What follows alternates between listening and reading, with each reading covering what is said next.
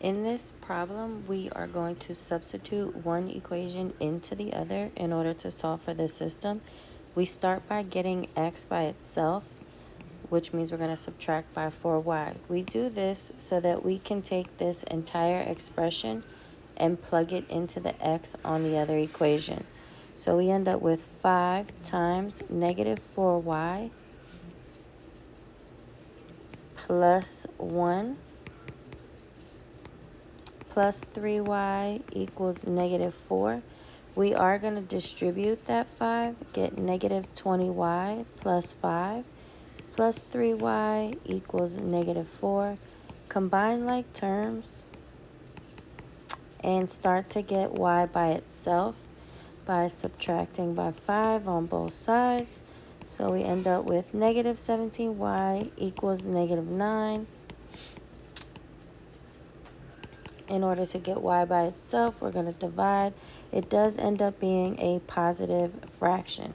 And honestly, a lot of people would think you were wrong right here, but honestly, we don't care. I'm going to go back to the original equation, x plus 4y equals 1, and I'm going to plug in this y value. So x plus 4 times 9 over 17 equals 1. From here, we're going to multiply this whole number times the fraction by just going straight across. So it ends up being 36 over 17 equals 1. Now, in order to get x by itself, we do need to subtract this fraction. And I know it's ugly, but again, we don't care. That means that I am going to do a whole number 1 minus 36 over 17. Fractions have to have a common denominator in order to add and subtract them. So I'm going to change the 1 to 17 over 17. When you get these together, I am going to get a negative 19 over 17.